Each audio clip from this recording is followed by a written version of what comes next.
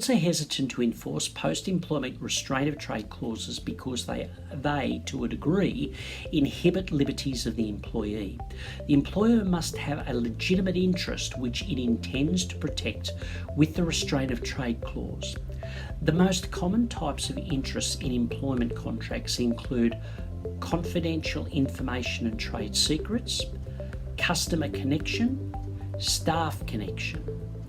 That noted, unless they are harsh and unfair, are only agreed to due to a very strong bargaining power by the employer, and if the restraints go beyond protecting legitimate interests of the business, the courts generally do consider the restraints to be valid. In answering whether the restraint of trade is enforceable or not, the courts will consider the following: the negotiation process of the restraint clause, the nature of the employer's business and characteristics of the employee, remuneration and compensation of the employee for the restraint, geographical location or area of the restraint, and duration of the restraint. So what is confidential information?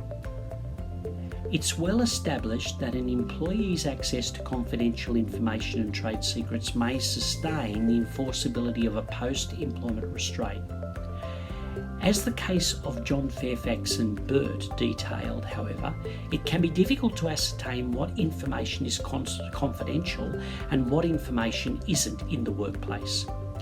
Therefore, an employer must be able to precisely identify what confidential information they wish to protect. This not only allows the employees to understand what is considered confidential information, but also the courts.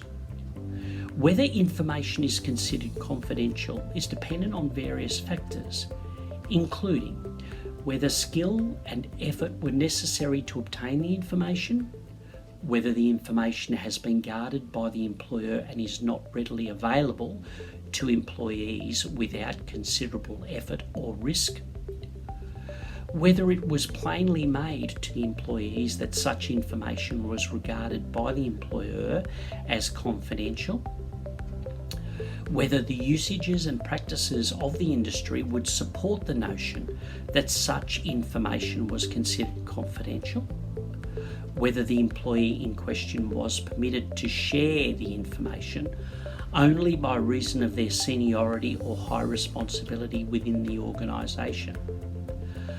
A further requirement is that the information must be capable of being used by the employee post-termination.